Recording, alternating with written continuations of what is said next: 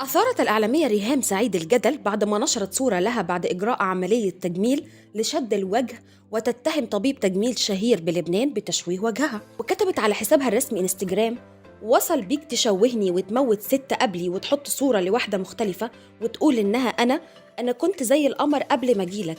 أنت لازم تبطل أذية للناس، أنا هرفع عليك قضية وهبطلك طب. ورد طبيب التجميل اللبناني الشهير على اتهام ريهام سعيد، ونشر مقطع فيديو لصور ريهام قبل وبعد إجراء العملية، وأكد على نجاح عملية شد الوجه دون حدوث أي تشويه. وأصدر بيان إعلامي قال فيه سيتخذ جميع الإجراءات القانونية والتدابير اللازمة ضد كل من الإعلامية والمحطة التلفزيونية التي ظهرت بها. وظهرت ريهام سعيد بلايف على حسابها الشخصي وقالت: هل الطبيب ده ما غيرش هويتي؟ أنا علشان أخرج من مطار بيروت احتجت وثيقة تثبت إن أنا اللي في الباسبور، لأنه غير شكلي. دي أكبر جريمة إنك تخليني أبص في المراية معرفش نفسي.